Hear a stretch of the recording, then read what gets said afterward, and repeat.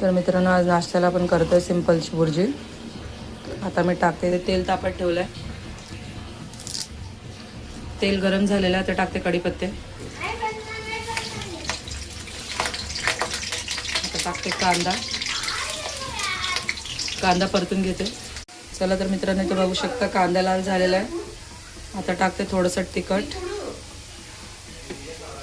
टाकूया थोडीशी हळद,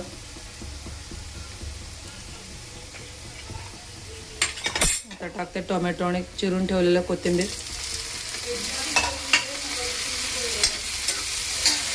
त्याला टाकते थोडंसं चवीपुरतं मीठ,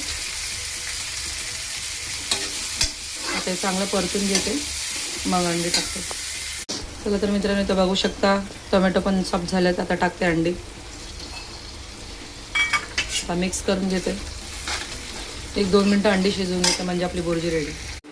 चला तर मित्रांनो इथे आपली बुर्जी रेडी आहे, बघू शकता तुम्ही, गरमागरम बुर्जी आणि पाव। चला तर आम्ही नाश्ता करतो।